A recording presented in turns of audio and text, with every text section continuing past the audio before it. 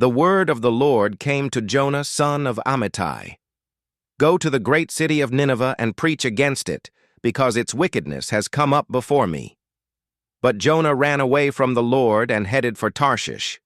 He went down to Joppa, where he found a ship bound for that port. After paying the fare, he went aboard and sailed for Tarshish to flee from the Lord. Then the Lord sent a great wind on the sea, and such a violent storm arose that the ship threatened to break up. All the sailors were afraid, and each cried out to his own god. And they threw the cargo into the sea to lighten the ship. But Jonah had gone below deck, where he lay down and fell into a deep sleep. The captain went to him and said, "How can you sleep? Get up and call on your God. Maybe he will take notice of us, so that we will not perish." Then the sailors said to each other, "Come, let us cast lots to find out who is responsible for this calamity." They cast lots, and the lot fell on Jonah. So they asked him, "Tell us, who is responsible for making all this trouble for us? What kind of work do you do? Where do you come from? What is your country? From what people are you?"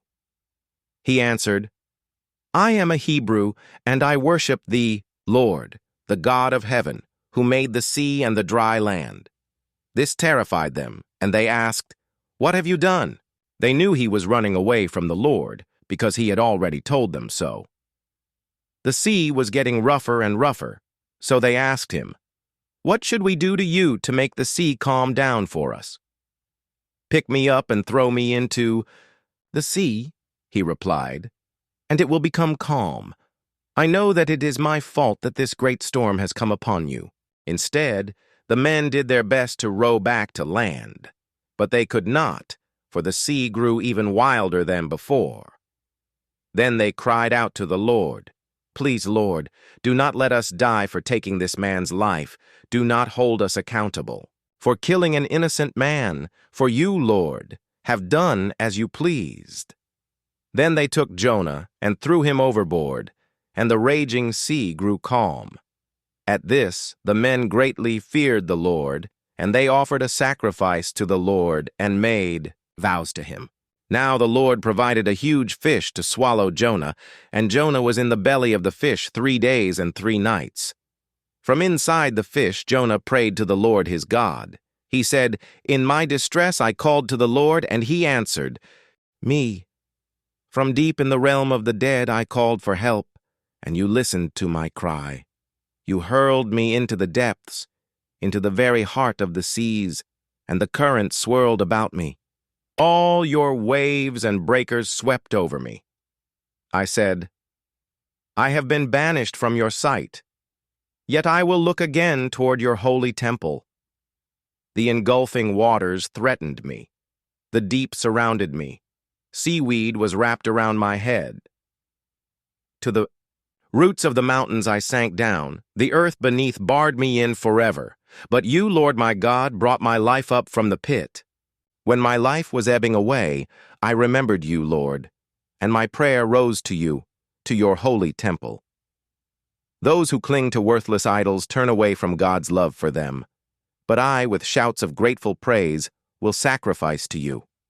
What I have vowed I will make good. I will say, salvation comes from the Lord. And the Lord commanded the fish, and it vomited Jonah onto dry land. Then the word of the Lord came to Jonah a second time. Go to the great city of Nineveh and proclaim to it the message I give you. Jonah obeyed the word of the Lord and went to Nineveh. Now Nineveh was a very large city. It took 3 days to go through it. Jonah began by going a day's journey into the city, proclaiming, 40 more days, and Nineveh will be overthrown.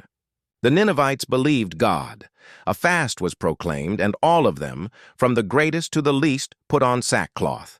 When Jonah's warning reached the king of Nineveh, he rose from his throne, took off his royal robes, covered himself with sackcloth, and sat down in the dust. This is the proclamation he issued in Nineveh. By the decree of the king and his nobles, do not let people or animals, herds or flocks taste anything. Do not let them eat or drink, but let people and animals be covered with sackcloth. Let everyone call urgently on God. Let them give up their evil ways and their violence. Who knows? God may yet relent and with compassion turn from his fierce anger so that we will not perish. When God saw what they did and how they turned from their evil ways, he relented and did not bring on them the destruction he had threatened. But to Jonah this seemed very wrong, and he became angry.